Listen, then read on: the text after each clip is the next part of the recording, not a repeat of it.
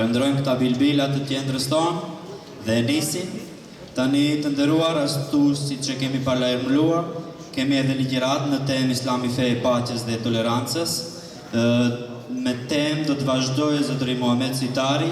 Ai u lind në Shkodër në vitin 1978, ndërsa në vitin 1993 udhton drejt Damaskut të Sirisë, ku kryen shkollën mesme dhe të lartë, duke u diplomuar në Fakultetin e Thirrjes Islame. Pas mbarimit të studimeve, emërohet mësues i mësimit dhe i gjuhës arabe në medresen Haxhi Sheikh Shamia, sikurse shërben edhe si vaiz hatib në xhaminë e Tophanës. Ka një aktivitet të gjerë botuese shkencor në revista e gazeta, pjesëmarrje aktive në konferenca, simpoziume dhe aktivitete të tjera fetare dhe shkencore brenda dhe jashtë vendit. Është autori disa botimeve, monografi, si dhe redaktori disa librave. Aktualisht është mifti i Shkodrës. Sonte me ne, zotëri Muhamet Sitari.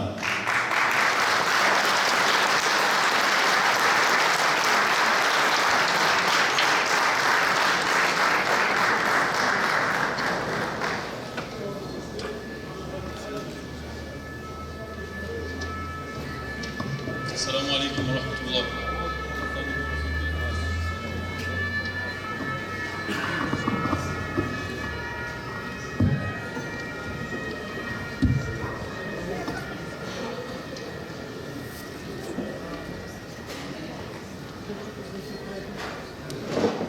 Bismillahirrahmanirrahim.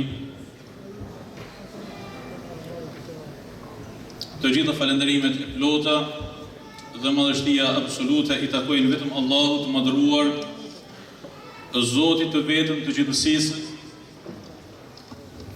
Salavatet dhe selamet madhe për zemërta ja dërgojmë sonte në këtë natë, e në çdo ditë, e në çdo natë të jetës tonë, zotërisë së bijve të Ademit, Hazreti Muhammedit alayhi salatu wasalam, që e dërgoi Zoti i gjithësisë mëshirë dhe udhëzim për gjithësinë.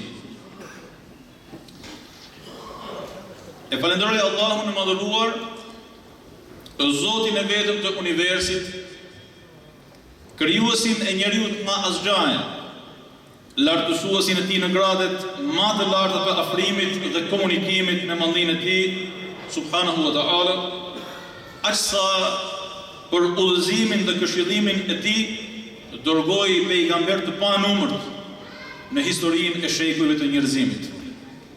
Zbriti shpallje të shumta hyjnore që njeriu të jetojë në harmoni dhe paqe me veten, me Zotin, me tjetrin, me natyrën, me gjithësinë. Për këtë thot në Kur'anin famëlartë: o ju njerëz, vërtet ne ju krijuam juve prej një mashkulli dhe një femre. Ju bëm popull e fisë që të njiheni në mes vetë.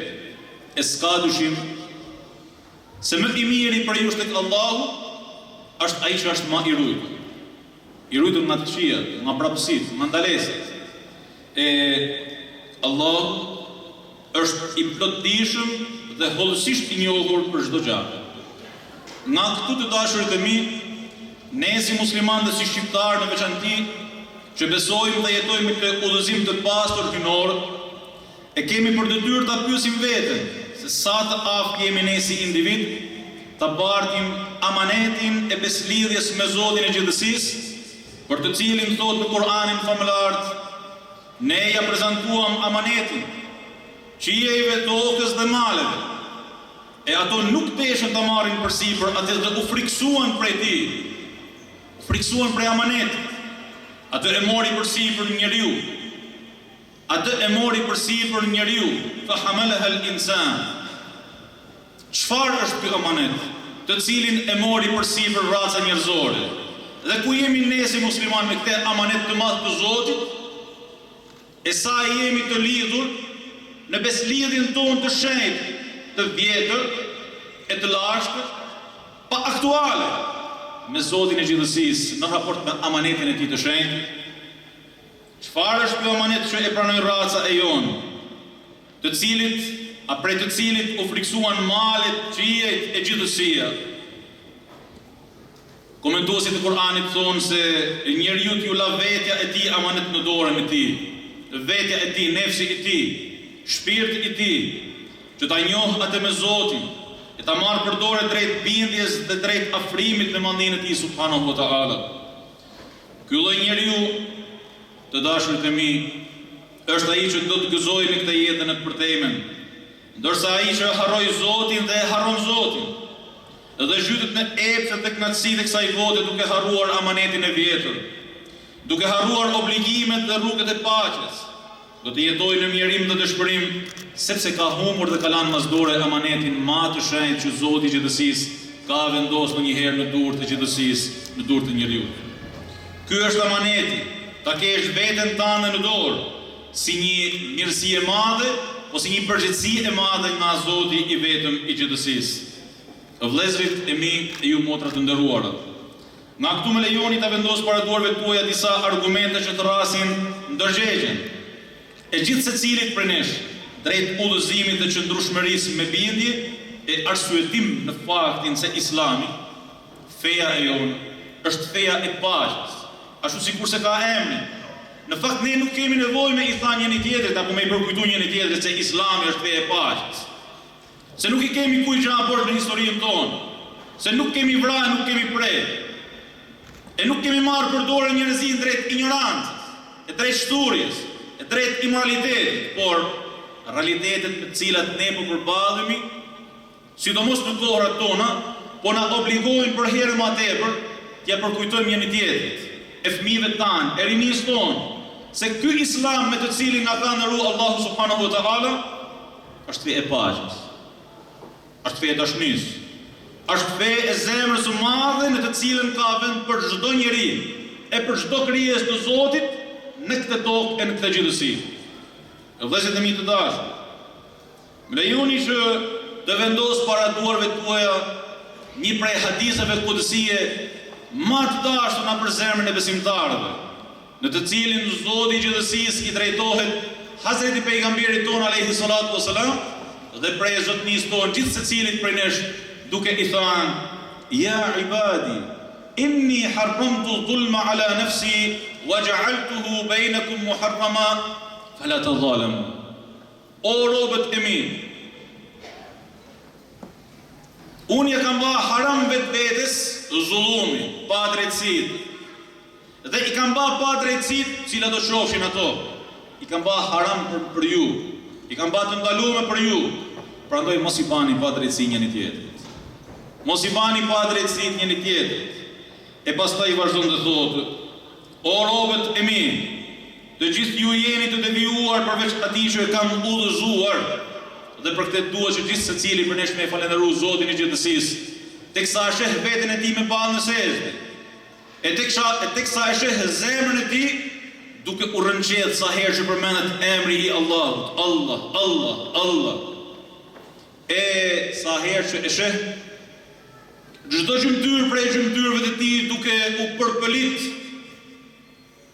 në lutje, në përgjërime drejtu Zotit të gjithësisë për të mirën, gjithë të mirën e mbar gjithësisë për mbar gjithësinë. O robët e mi, të gjithë ju jeni të devijuar përveç atij që e kam udhëzuar, prandaj kërkojeni udhëzimin prej meje, t'ju udhëzoj. O robët e mi, të gjithë ju jeni të uritur përveç atij që e kam ushqyer, kërkoni ushqimin prej meje, t'ju ushqej. O robët e mi dhe Zoti i gjithësisë, na thërret dhe na fton për të trokit në dyert e tij për të marrë gjithçka nga kjo botë, e gjithçka për të ardhmen, e për të ndërtuar me fjalën e Allahut subhanahu wa taala, e dashninë e tij të madhe për të ndërtuar jetën tonë, e për të ndërtuar të ardhmen tonë, e për të vendosur gur themelet e paqes hyjnore në jetën tonë, në marrëdhëniet tona me njëri tjetrin, në marrëdhëniet tona me gjithësinë, në marrëdhëniet tona me si vllau në raste njerëzore, kush do qoftë, e ku do qoftë, e si do qoftë. Allahu azza wa jall, që në momentin e parë të prezantimit të tij me gjithësinë, ka një formulë të shenjtë, formulën të cilën ne e përdorim në çdo namaz prej namazeve tona ditore. Në emrin e Allahut mëshiruesit, mëshirbërësit. Bismillahirrahmanirrahim. Elhamdulillahi Rabbil Alamin.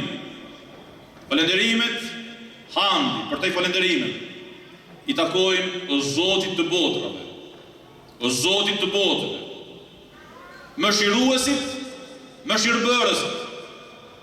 Ar-Rahmanir-Rahim. Mëshiruesit, mëshirbërësit. Maliki Yawmiddin, poseduesit të ditës së llogarisë. Ky është çelësi i sekretit të marrëdhënieve të muslimanit me jetën, me veten, me Zotin, me tjetrin. Ky është çelësi që e bën çdo musliman me jetu me përkushtimin dhe devotshmërinë dhe frikën e dashninë e Allahut në zemrën e tij, sepse është Zoti i botrave, e nuk kam i Zotin e botrave, e nuk ka të ngjashëm me te, por që është mëshirues dhe mëshirbërës, që do të thotë se muslimani është njeri i mirësive në jetën e tij të përditshme, nuk mund t'i bajë padrejtësi dikujt, e nuk mund të vrasë, e nuk mund të dhunojë, e nuk mund të terrorizojë, as në emër të Zotit, as në emër të askujt, as në emër të kapriçës së tij, sepse ka një Zot që është mbi gjithçka, që është mëshirues, mëshirbërës, dhe që për këto që mund të devijojë, atë do të devijojë, është mbreti e poseduesi i ditës së llogarisë, ku të gjithë ne do të japim llogari për çdo frymë që kemi marrë, për çdo fjalë që kemi thënë, për çdo veprim që kemi bërë. Prandaj nuk ka thirrje më të madhe, e argument më të fortë për mbar gjithësinë që vërteton faktin se Islami është fe e paqes. Ajetet e parë të surës El-Fatiha, ku çdo musliman, çdo njeri që frymëzohet nga Islami, edukohet me mëshirën, me bamirësinë, me mirësinë dhe me faktin se do të japin llogari një ditë për çdo gjë që vepron në këtë botë. Akuzon muslimani me keni pa drejt, akuzon muslimani me keni